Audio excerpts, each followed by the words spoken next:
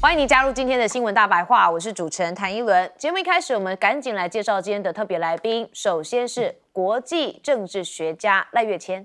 主持人好，观众朋友大家好。台大哲学系教授苑举正。主持人好，各位观众朋友大家好。以及退役少将厉正杰。一伦好，各位观众大家好。好的，我们当然现在还是要来关心美中之间的角力战哦。不过我们看到川普真的是疯疯的，他一直说他这个接到了中国大陆打来的电话哦，但是也被外交部，也就是中国大陆的这个外交部频频打脸哦，说根本没有通过电话哦，两个人。好，我们看到是4月28号，其实中国大陆的外交部发言人郭家坤就说，据我了解，其实两国的元首在近期没有通话。好，但是我们也看到了这个4月25号的时候，川普就说我们美中正进行了贸易谈判，然后他们今天在上午开了个会。好，那时候外交部中国大陆这边就说美方不要混淆视听。结果前一天24号的时候，他也是特别讲到，也就是川普他说美中在24号那天有开会谈，但是中国大陆的商务部也说，其实美中之间没有任何的经贸谈判。好，所以就等于是川普一直讲，然后中国一直打脸，那中国大陆的网友就说哪有这种遇到这种天天把脸伸过来给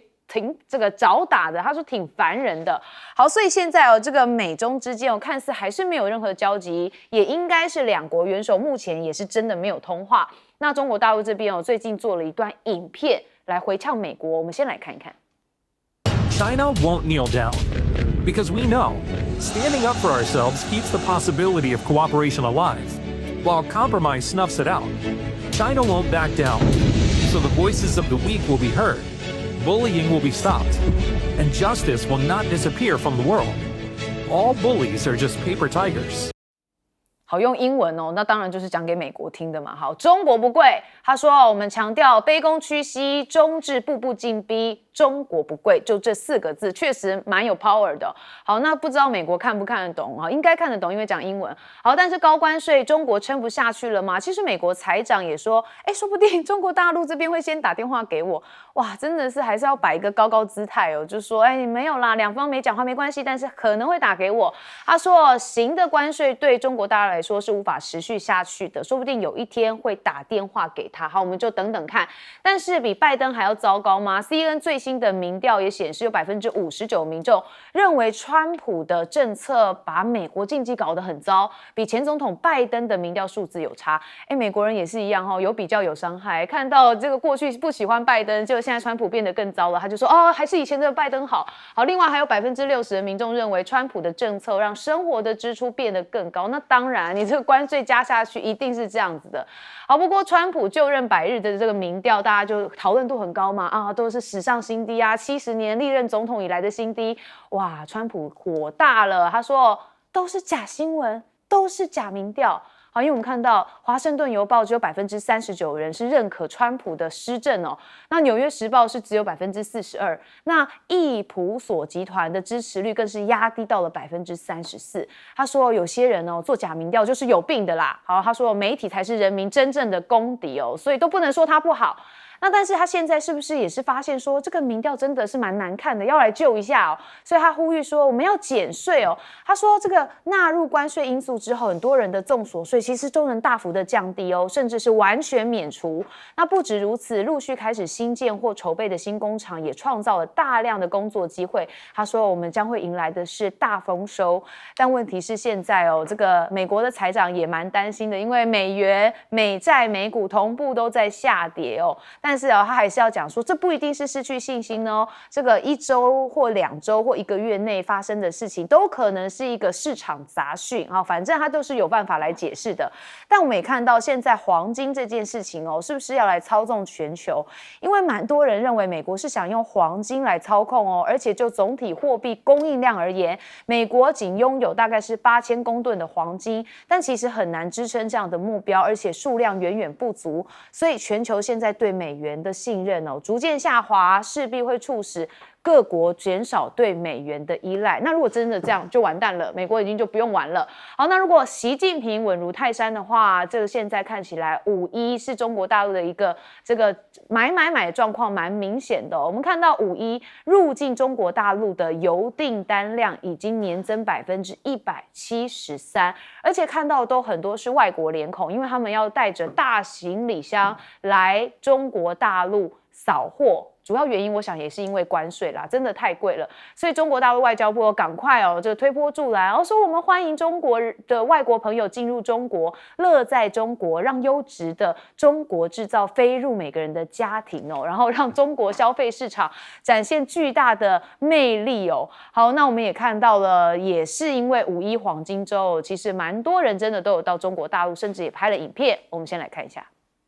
来自新加坡、阿根廷。我是法国人，我来了中国有17年，今天在这边做发现真的非常方便的。I haven't seen any other place in the world that you can just tap an order like here. China has so many convenient ways to buy things. So 看到5.1黄金周，杭州西湖奶茶店也吸引了不少外国人来打卡拍照。原来是因为这家店为了欢迎外国友人，在店铺外备上了双语菜单、多语推荐的留言板那不少的外国人说，哇，怎么可以体验的这么丝滑然后也对其中的这个碰触的快速点餐跟支援16种点餐的这个程序表示非常方便，还大喊 amazing 说这次来中国真是开了眼。好，但我也很好奇，外国人的资讯科技有这么差吗？这个不是很一般吗？台湾都很多啊。好，也欢迎来台湾韩国网友则说，现在中国人把我们外国人都抢走了，难道你们不应该为此道歉吗？印度网友说，为什么不来印度？中国的说英语的人很少，我们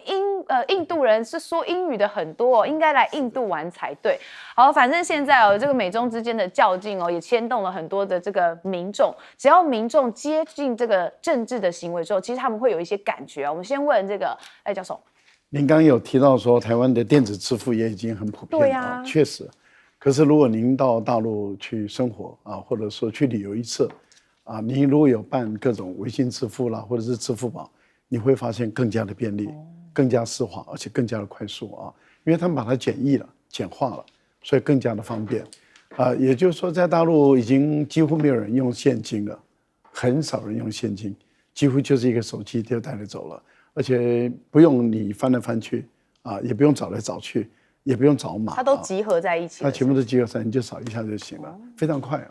所以我讲台湾这边过去是大陆有很多是跟台湾学，那现在台湾真的是值得跟大陆学我觉得彼此之间相互学习都会成长嘛。那以前台湾进步得很快，大陆很多来到台湾学习，现在大陆进步的比我们更快了，台湾当然应该要过去学习嘛，这个本来就应该要这样做有关于中国大陆不会跟美国来谈判，不会主动来谈判，我想这个影片已经讲得很明白，就是中国不跪，我觉得这个态势就很明白了。也就是说，要去跟美国达成协议的，就是你要去下跪的人继续跪。那换言之，也就是说，美国的这个贸易战是违反 WTO 的规定，因为 WTO 的关税是各国谈出来的，而且也是在这样的一个关税的架构下，只能够在关税底下来去调整关税，也就是说，只能够在这个关税的协议底下调整关税，你能减税不能征税，也就是说你在 WTO 的框架下，你国与国之间可以订双边的贸易协定，可以订多边的贸易协定，但是基本上来讲都不能违反 WTO 的规定，也就是要扫除贸易障碍，尽量把关税降到0，这是 WTO 的精神。但是美国反其道而行，加关税，保护主义，保护主义就是违反联合国的精神，违反基于规则的国际经济秩序。那美国公然的违反基于规则的国际秩序，它就是一个破坏者，是一个扰乱者。那面对这样的一个强权霸道的流氓，你跟他签协议，你就是下跪。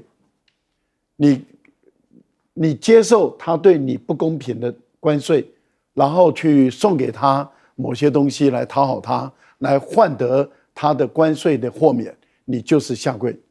这个是道理是非常明白。那中国大陆的态度就很明白了，就是中国不会下跪，所以想都别想。你要我去跟你谈判，别想。为什么？因为发动者是你，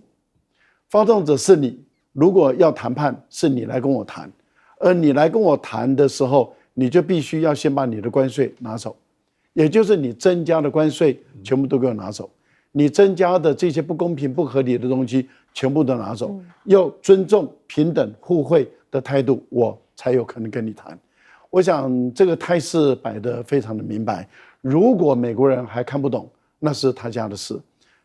这个财政部的部长，他很明显的还在幻想，他会接到电话，想太多了，你根本没有这个本事。所以不知道等不等得到，但感觉现在就双方都在玩一个游戏，就是看谁先这个跟谁讲电话但是我觉得美国他蛮自信心的很高涨所以恐怕会失望这教授，我必须要强调一下哈，这个中美之间的贸易战的话呢，一个建国200多年的面对一个有5000年历史的国家长期来讲，这个文化上的经验是差距很大的。我从这个角度来讲在历史当中的话呢，这个就是在赵秦之间呢，长平之役发生的过程大家可以去参考一下。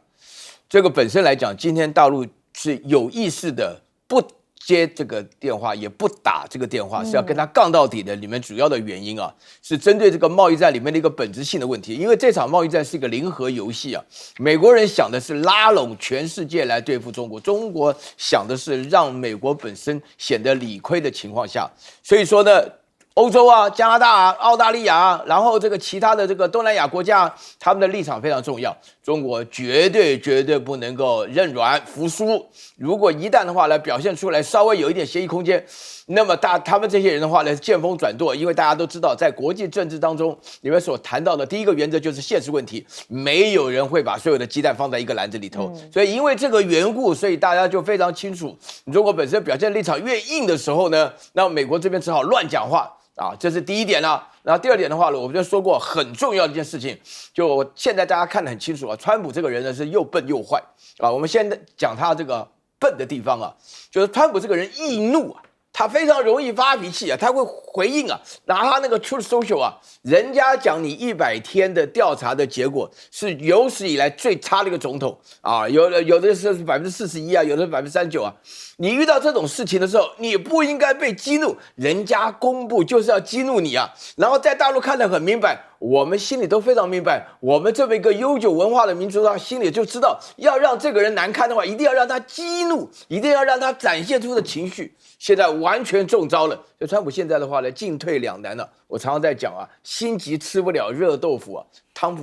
普吃了烫豆腐，吐也吐不下来，吞也吞不下去。然后呢，他坏在哪里呢？他就是一点坏，他乱说话，他讲谎话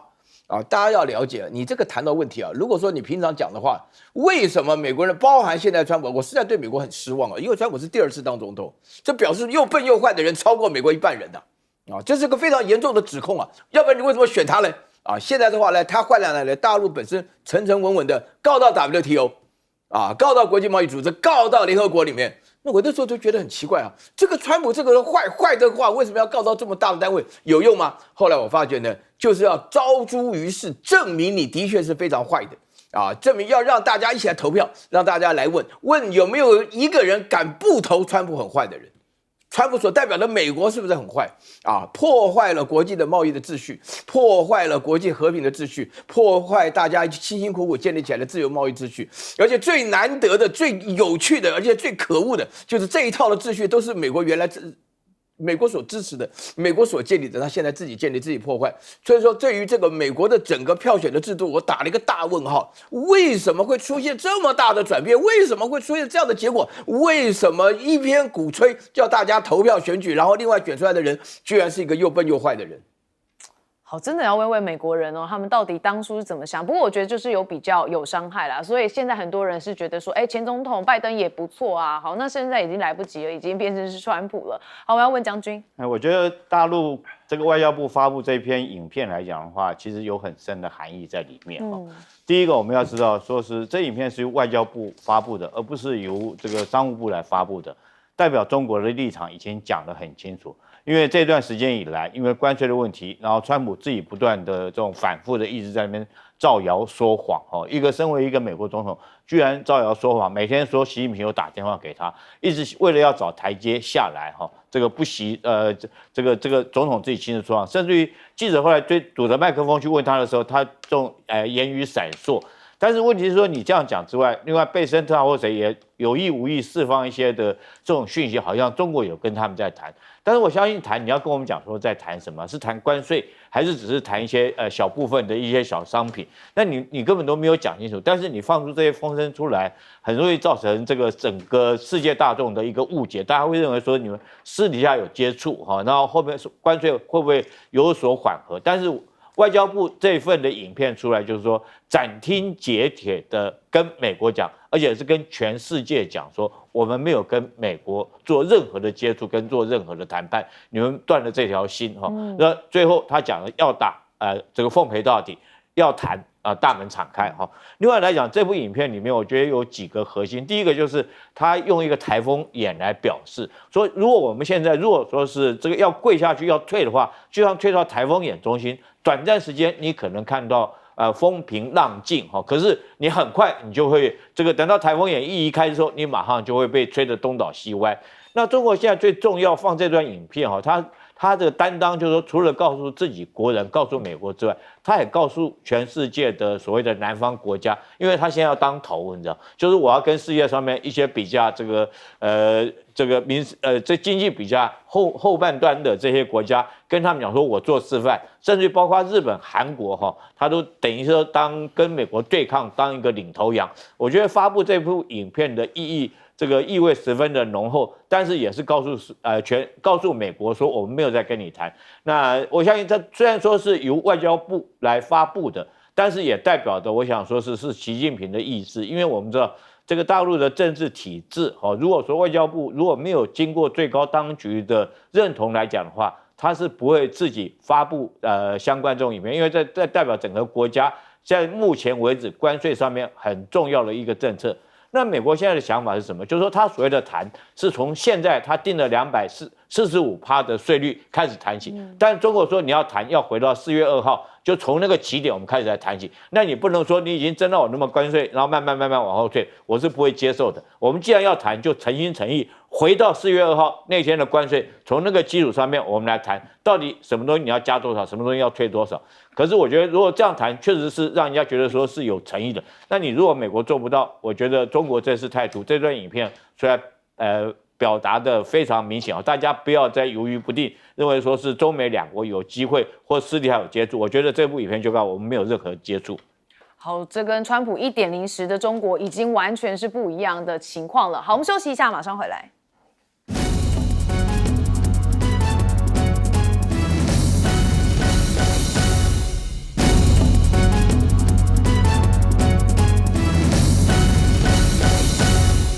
好，欢迎回到节目现场哦。很多人说，这川普感觉活在的是跟一般人民是平行时空的，很有这种感觉。其实我们最新也要来听听看，他对于这个中国这边的贸易谈判又有新的说法了。赶快来听他怎么说。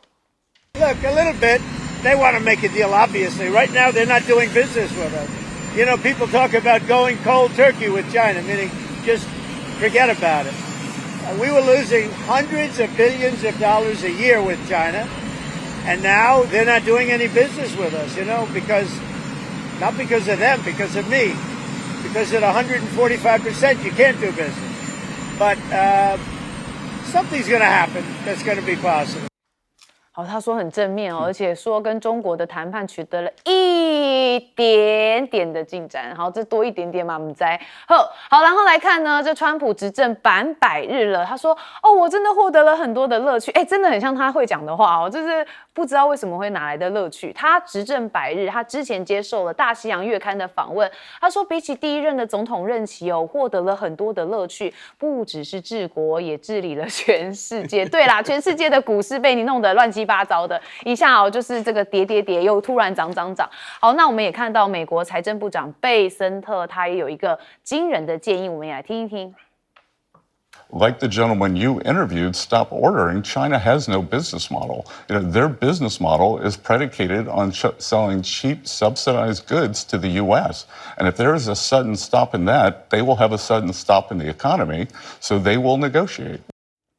好，真的是不太一样的思维哦。他说，停止向中国订货，中国就没有了商业模式。但要看到底是谁依赖谁比较多啊。好，那当然也是贝森特哦。他说，美洲贸易战，美国是更占有优势哦，所以不担心商品短缺。然后他说，这个征收高额的关税而出现的商品短缺局面哦，在这场贸易较量当中，其实美国明显是有利的哦。好，但是其实这个现实上是美洲贸易战升级。美国的货架东西空的啦，而且价格还涨，甚至还出现了大裁员。好，随着供应链的中断，美国的就业市场其实也受到了很大的冲击，尤其是物流跟零售行业这些工作岗位都会大规模的流失。我在美国的朋友就说，确实当时关税战一发的时候，他们的那个 shopping mall 完全就是空架的，没有东西在上面，都被抢光了。所以不知道这贝森特买的是哪一个时空的超市。好，那看到美国关税的回力标也持续了，这节日花凉了，超市货架空了，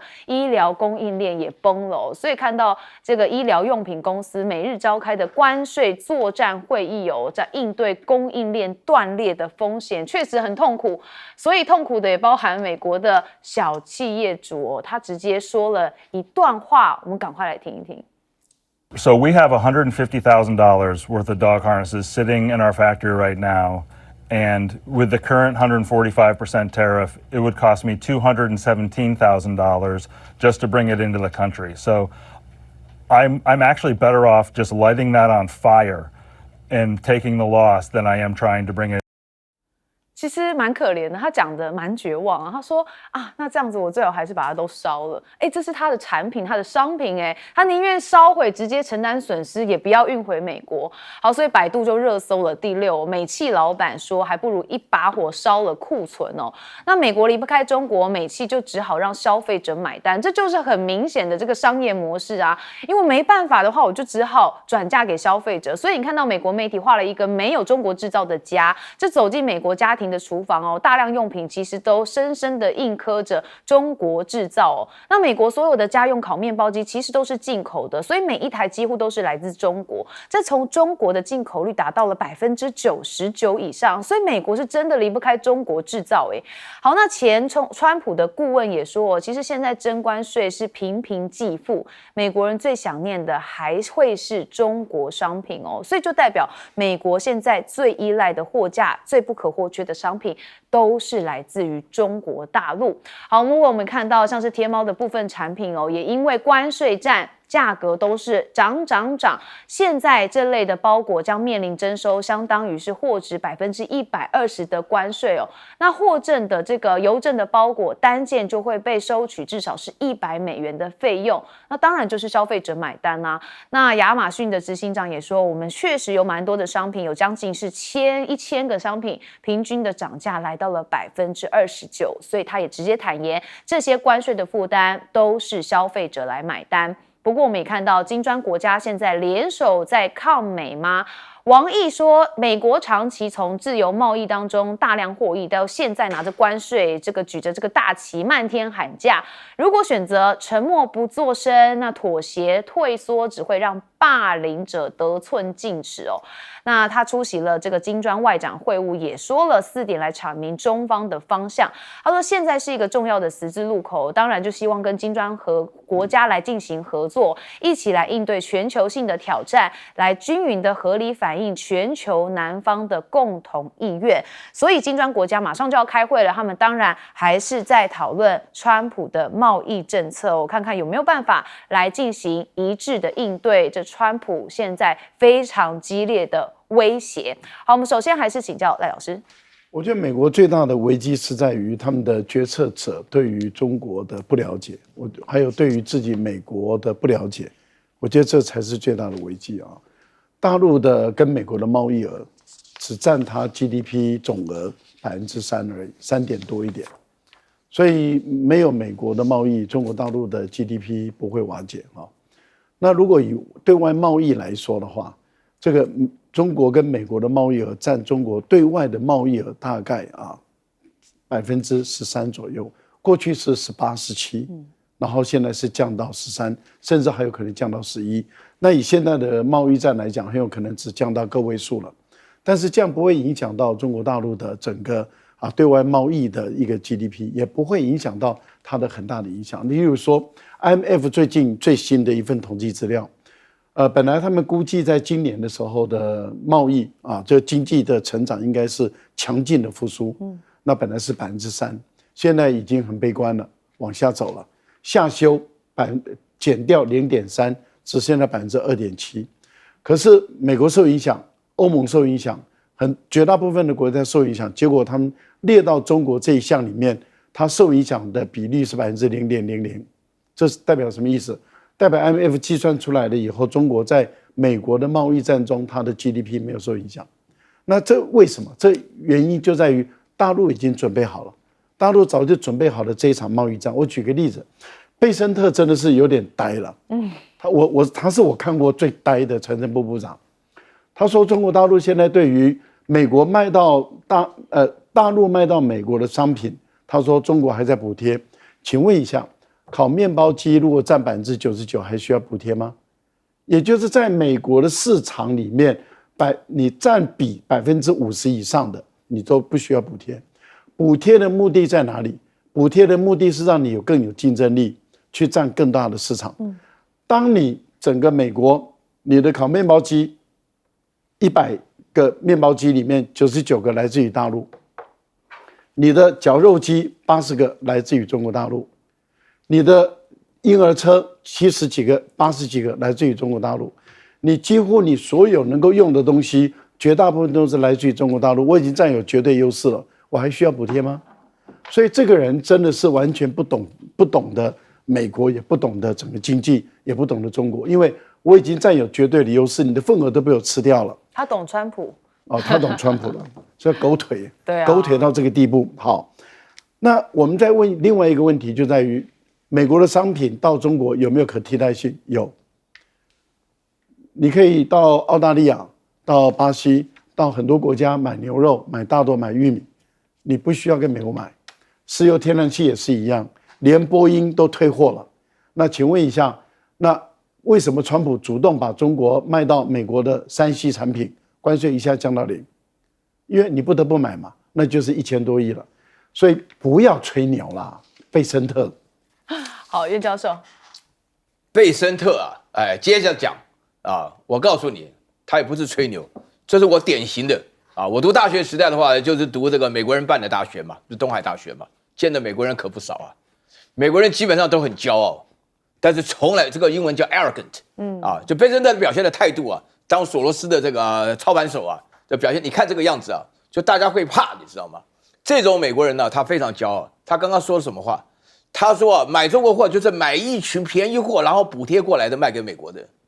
他到底懂不懂我说句良心话，现在整个川普的内阁，他这个牛都吹不下去了。为什么呢？他里面呢，所有的成员当中，这个内阁成员都不合格每个人问题都百出。我本来以为说这里面只剩下从马斯克退了以后，因为马斯克自从跟这个贝森特两个人胸顶胸以后大吵一场以后呢，我就觉得说贝森特可能还是稍微有点智商。现在发觉好了，我估计错误了。他的智商也是很普通，因为他讲那种话其实基本上的话就是把这个整个这个以前的形象中就是把中国的形象讲出来。但是他犯了3个错误，你知道吗？首先第一个的话呢，中国现在的话呢，货品产生的很多地方，大家看看消息这大陆不一定要卖给美国对不对？我们在讲说是这个路遥知马力日久见人心这个能不能够经得起考验？第二点的话呢，大陆说不贵的意思，大家有没有看到刚刚那个不贵的影片当中，第一个镜头是文化大革命的镜头第二个镜头就是孟晚舟的镜头就说贵的下场，贵跟不贵都这样的。当年的话，文化大革命之后引发了民族自尊心后来的话，贵的结果就是孟晚舟被乱七八糟抓起来所以大家看到这个影片中，就看到的影像，我不能光听英文了。最后讲一句话：反帝国主义都是纸老虎，他把它换了一下，反对对象都是纸老虎。这个用英文来讲的话，大家一听啊，就是毛主席的话嘛，啊，拿着我记得。然后第三点的话呢，就是我必须要强调，整个美国都没有搞清楚事态的严重啊，就大陆已经做好了坚决。我不管怎么讲哈，这个大家都要知道，在大陆本身来讲，就会发觉美国这一次的话，用讹诈的方式，用欺压的方式，用欺凌的方式。坦白讲啊，因为中国从来没有这么硬气过啊！大家知道，大家记得吗？还记得有个副总理叫刘鹤吗？啊，那个时候的话呢，川普1.0的时候，他跑到美国去讲了，讲的结结巴巴都害怕了啊，要买这个大豆啊，买玉米啊什么的啊，那感觉上的压力很大。那川普脑袋不能够只留在过去啊！大家要知道嘛，现在取代像这种农产品啊，大豆啊、高粱啊，这种是刚需的，一旦跟人家买，我跟你讲，要跟巴西买，3年前就要准备给他买，买的话一买起码是买30年。美国的农产品就不要笑中国，中国就是即使脱钩断裂也无所谓。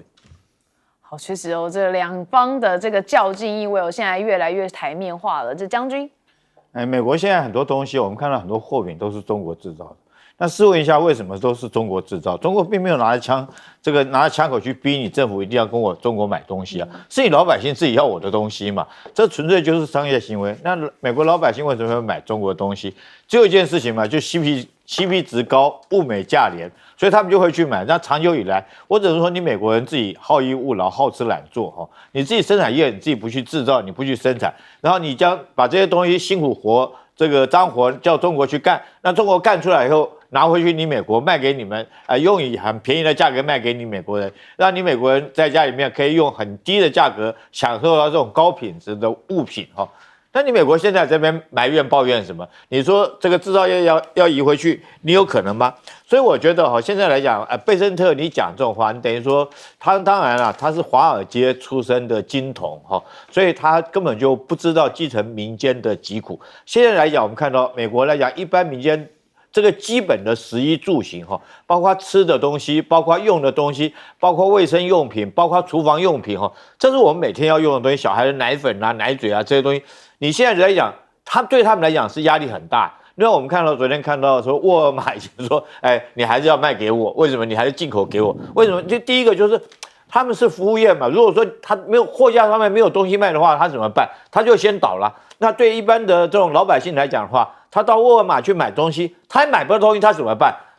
你说现在来讲，到别国去找替代进口，那别国不管是越南或干嘛，你又说人家洗产地，那到那边去买，就还是从中国过去那边卖到你美国的。所以我觉得贝森特讲这种话，你要体谅一下你们这些老百姓哈，你们基层老百姓来讲，他面临的这个物价上涨，当这个货品少的时候。很显然而然就是这个物价会上涨，但是我觉得现在还不是高峰，高峰是什么时候？5月份，因为前一阵子他们囤货嘛，囤货来讲，如果现在卖光了，我跟你讲，等5月份没有货的时候，那个价格会更飙涨，所以美国人这时候急着赶快跑到中国来，赶快多来几趟5·1劳动节买一些东西带回去。好，确实看到现在这个美国人到中国大陆扫货的人蛮多的，但也确实就像是5月份可能会有一个很大的关键点。好，到底这个两国的对话迟迟没有一个下文，大家还是在等到底后续的状况是如何。我们休息一下，马上回来。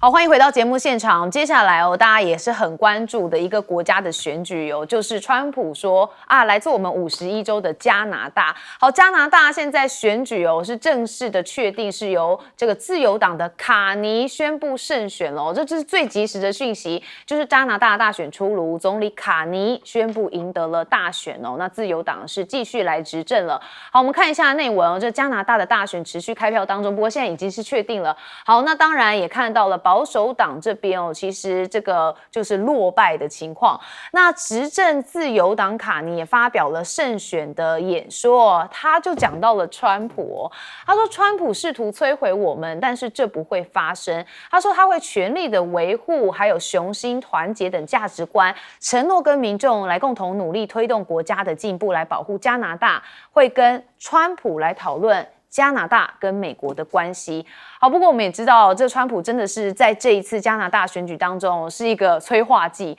好，原本这个自由党看起来是不会继续执政的，结果也就是因为川普牌发酵，所以现在他们是获得了胜选。好，川普就是因为屡屡就说，这个加拿大成为美国的第51州言论也让卡尼拿到了这张牌之后，当然就是一直跟川普对杠他说美国想要我们的土地、资源还有水，他说这些都不是空穴来风，他说川普试图要摧毁他们他说这样美国就能拥有他们，但他认为这些都不会发生。不过我们也看到这加拿大的大选日，其实川普还是继续放话他说好吧，为美国的第51州投票吧。我其实真的不理解川普他怎么敢讲这种话？人家是国家他以为他真的是他的一个州吗？川普他说祝伟大的加拿大民众好运要选出一个有能力跟智慧的人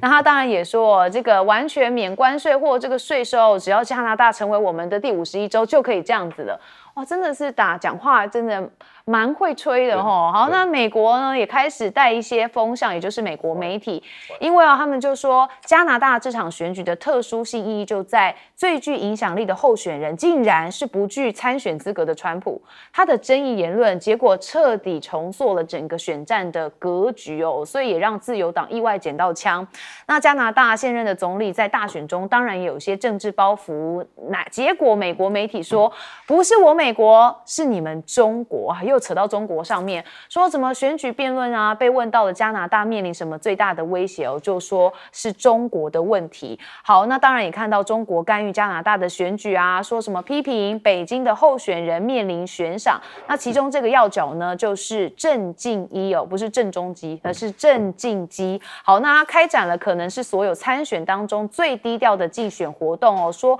中国政府有批评这件事情。好，那就在投票的前几天，加拿大政府官员也透露说，跟中国政府有联系的中文网站对郑敬基进行了协同的在线攻击说进一步的削弱了他的竞选空间。但我们也看到了，其实现在美国对于加拿大的科学家也是蛮反感，他们拒绝他像是这个加拿大的 AI 研究员，他在美国居住了12年，算是加拿大籍的华裔啦。好，那他现在在 OpenAI 他最近就被美国拒绝发了绿卡。好，那当然他的这个同事就说我们共事过，觉得他是个蛮优秀的 AI 人员那他说如今却被迫离开美国，实在令人蛮担忧的。所以他会不会回到这个东方华人世界这边来说大家也是蛮关注的。但是我们看到中国的辉达有中国辉达支撑的就是海光资讯，它的20亿营收5亿净利也引爆了 AI 的晶片，说这海光资讯呢在 AI 的技术上面其实是王者加冕，那凭借着高强度研发投入跟持续技术的创新，公司在通用计算还有人工智慧的市场上面是一路狂飙，所以它的营收第一季度就是24亿元这同比增长了 50.76%， 确实是一个未来可以看到一个趋势蛮厉害的角色。那现在辉达是不是又剉在蛋我真的是印象很深刻，在今年春节假期的时候，这辉达的股价啪一夕之间往下，就是因为 DeepSeek。好，那接下来 DeepSeek 的 R2 模型也要问世了，会不会又再掀起一波震撼呢？好，可以看到这个 R2 的大模型将采用的是更先进的混合专家模型那总参数量较前代的 R1 提升了大约是1倍，预计会达到 1.2兆，这单位推理的成本也比GTP4 大减了 97.4%。 好，总而言之就是它的 CP 值相当高啦。好，那我们首先就问赖教授，黄仁勋真的是生不逢时他那个努力的工作沉潜这么多年，总算开发出一套这个 AI 这么好的一个晶片，而 AI 就在这个时候整个往上冲了。是，因为原本大家对 AI 是有疑虑的，但是现在已经证明了 AI 的功能是十分强大 ，AI 的应用性也确实很广，它也可以用在这个机器人上面，所以 AI 的时代已经来临。既然 AI 的时代来临，有这么多的年轻人，其实连我们这样的人也都要跟上时代的话，就必须要使用学习 AI， 我想这是必然的。所以它的市场的需求量是如此的大，其实这个本来对黄仁勋来讲，这是一个千载难逢的一个好时机。结果我为什么会说他生不逢时呢？怎么会出现一个像拜登，接着又出现一个像川普这样的人？先是拜登，后来是川普，把他的路都东砍西砍。黄仁勋讲的一句名言非常好，他说市场是搬不走的，市场才最重要，市场才是他们企业的养分。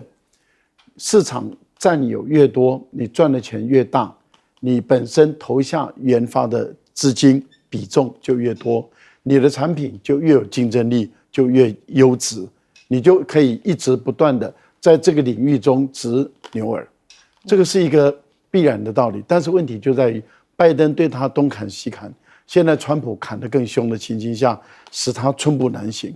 那问题就在于，当他寸步难行，是美国政府人为的因素，而中国大陆的政府上上下下在帮助他们 AI 晶片的一个发展。所以大陆的 AI 晶片，你看华为的910要跟 H100来拼了，要 PK 了。那他们现在已经开始推广给各企业去试用了。当大陆的很多企业他们发现华为的更好用、更便宜的时候，他会去买你美国不肯卖的辉达。所以英伟达它本身就辉达有可能就这样子一步一步的失去了中国大陆市场。你不但失去中国大陆市场，大陆会反过来在国际间跟你竞争。所以我觉得它真的是生不逢时。早知如此，搞不好赶快搬回中国大陆去，到大陆去发展，说不定还有另外一个更广大的天地啊。这题外话。另外一个就是，我觉得卡尼他基本上来讲仍然是仇中反中的，他没有改变他仇中反中的立场，但是他发现名气可用。所谓的名气可用，就是现在的加拿大人更恨美国人，更恨川普，因为川普他是真的想把加拿大并吞哦，他不是开玩笑的，他是真的想把加拿大并吞，他一而再再而三不停的羞辱加拿大人，使加拿大人的自尊心很严重的受损。过去加拿大人追随美国干尽很多坏事啊，加拿大是满嘴人权，但是干尽人权坏事啊。以前杀印第安人、杀原住民，把很多原住民现在都被暴露出来了，他们干了很多见不得人的事。孟晚舟就是近代的事情，孟晚舟很明显的就是违反人权，非法的。孟晚舟是过境但是为什么会把孟晚舟逮捕，把他拘留？最主要的就是因为想用这个华为的公主作为人质来逼华为妥协嘛。当初美国就是这样修理阿尔斯通的总裁，阿尔斯通到美国去出差就被美国扣住了，结果逼的阿尔斯通被分割，然后阿尔斯通他的关键的技术超过美国的被贡献给美国，从此以后阿尔斯通就再也没办法那个独占这个鳌头了。那美国想复制同样的方法，把孟晚舟当人质，但是任正非不屈服，孟晚舟不屈服，最后中国逮捕了2位加拿大的特工，本来在最后的时候他要移到美国去啊，其实后面最严重的是可能有上百位美国的特工要被逮捕，这个时候美国司法部才把孟晚舟放走嘛。对，所以这个故技重施的伎俩一直在出现。教授，聊一聊加拿大。加拿大这个国家，成也美国，败也美国啊！我跟你讲，我读书读这么久，没有见过一个国家被另外一个国家羞辱到这种地步的，没见过啊！因为我们成长于2次大战之后啊，大家都强调就是说是这个民族自觉、主权在民啊，没有一个国家这样羞辱的啊，连那个小小的那个金发那个发言人李维特都敢讲啊，大家欢迎到那个美国第51州来啊什么的，就讲哇，这难听的要死。其实谈加拿大他这一次这个 Mark Carney 他本身是可以说是加拿大最聪明的人。虽然美国选出个又笨又坏，加拿大这一次的话 ，Mark Carney 他本身是一个非常非常有名。你知道 Mark Carney 是做过英国银行Bank of England 的英国银行的行长这不得了的工作就好像说那个大清帝国用了韩国人、用了朝鲜人当那个户部尚书一样道理这非常非常了不起那再回来的话呢，他接了杜鲁道，那个杜鲁道被当成笑话来看待那川普对他的侮辱什么的，杜鲁道接受了川普被侮辱以后呢，讲了2次话，大家可以去 YouTube 翻一下，非常感人就是说呢，从诺曼底登陆开始，你美国人旁边站着加拿大人啊，然后呢，你911的时候的话呢，美国人第一个诉求的就是要飞到加拿大境内来找安全的地方啊。然后呢，你上礼拜的大火的时候，加拿大大火的时候，上个月了啊，好几个月前，在大火的时候，加拿大就派出来帮你救火啊。加拿大一直站在美国旁边，现在美国居然要整我们，那要加关税啊什么的，完全拿我们当玩意儿，现在居然要并吞我们啊。那你杜鲁道讲这个话的时候，你有没有想过那个孟晚舟到加拿大过境啊，才是过境，你把他抓起来啊！这个时候你是做什么事情？所以我说呢，加拿大呢成于美国，败于美国。你现在就一直不断的在拍美国马屁嘛啊！那大陆的话，相对而言的话，大家都知道啊，这个两权相争的时候啊，剩下小弟都是塞耳光的。加拿大就被大陆就直接抽125%的关税啊！美国跟大陆之间是加来加去才加到145啊！加拿大本身来讲，一来就是125，就是人家不会甩你的啊。那加拿大目前为止处境很尴尬，它处境呢有3大尴尬。第一个的话呢，就加拿大自己不晓得自己啊，这个立场上来讲，到底是该跟着美国走的，还是跟着世界趋势走啊？连公理强权啊，连那个霸道跟公理都不能够分啊，这个第一个悲哀。第二个悲哀的话呢，加拿大目前为止啊，据说了啊，经过全民投票，有1半以上人呢愿意加入欧盟，加拿大愿意加入欧盟。你一听就很好笑嘛，对不对？然后第3点的话呢，就是更难过的事情，就加拿大到目前为止的话，它确实是经济上非常依赖美国，这个不是靠民族主义能够改过来的。为什么川普到了今天还敢讲这种话？就说加拿大是美国的第51州，这个是极尽羞辱之能事。然后他讲了解释原因，就你完全依赖我们，甚至于美国说川普乱讲哈，但我们打1折就好。说川普说2000亿，但是说我们美国人都拿出200亿的美金来帮助你加拿大的这个经济，那你确实是依靠人家，那你依靠人家，你又没有那种不贵的勇气啊，对不对？然后你在选择上来讲，你又不敢不学美国，那你说骂中国给美国听，就这个结果。哦，确实现在这个加拿大真的51州蛮羞辱的哦，将军。NVIDIA 刚开始做出来晶片叫 H100那时候美国因为这个它科技要对中国管制，所以说限制。这个 NVIDIA 不可以将这个 H100的 GPU 卖给中国，所以那时候黄仁勋特别就做一个降规版叫 H20的晶片卖给中国，但是没想到 DeepSeek 居然用 H20的这个降规版的晶片做出来 DeepSeek，我想这个过程大概在今年过年的时候，大概大家都有这段印象，然后引起美国一阵的这种恐慌NVIDIA 股价因此而下跌，说我不需要那么高阶的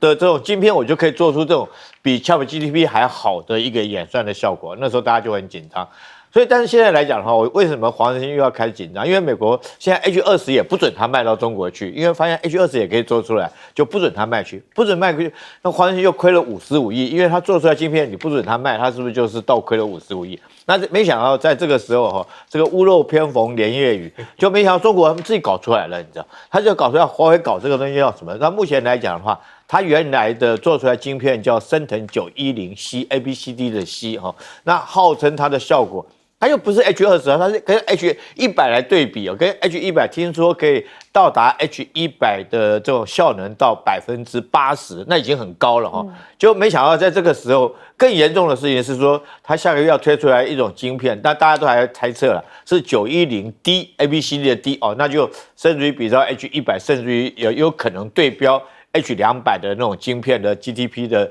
GUP 的效能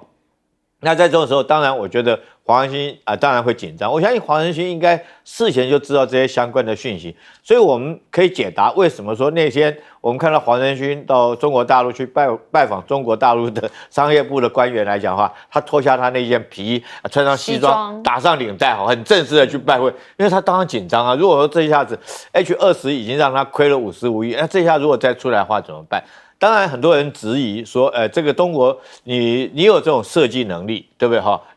你这个，那你有没有办法生产出来这种晶片？当然会有，因为以前来讲的话，这些晶片大部分都是台积电在制造嘛，那台积电靠的技术就是，它有这个极紫外光机 UV 的这种光机，那中国没有这个 UV 光机，它只有到 DUV 它只能一直靠重复的曝光啊，或者是说，要靠着这种技巧。来做出这个晶片，但不可讳言，这种晶片做出来，它良率就会比较低